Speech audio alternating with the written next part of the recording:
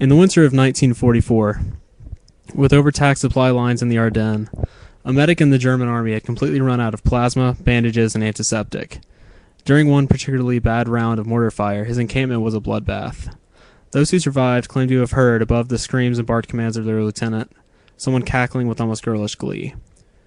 The medic had made his rounds during the fire, in almost complete darkness as he had so many times before, but never had he been this short on supplies. No matter, he would do his duty. He had always prided himself on his resourcefulness. The bombardment moved to the other ends of the line, and most men dropped off to sleep in the dark, still hours in the morning. New Year's Day, 1945.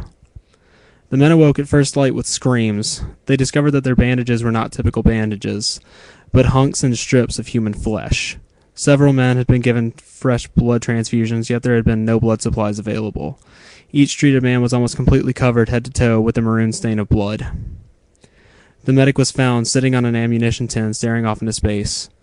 When one man approached him and tapped him on the shoulder, his tunic fell off to reveal that large patches of his skin, muscle, and sinew had been stripped from his torso, and his body was almost completely dried of blood.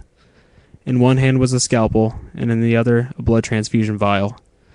None of the men treated for wounds that night in that camp saw the end of January 1945.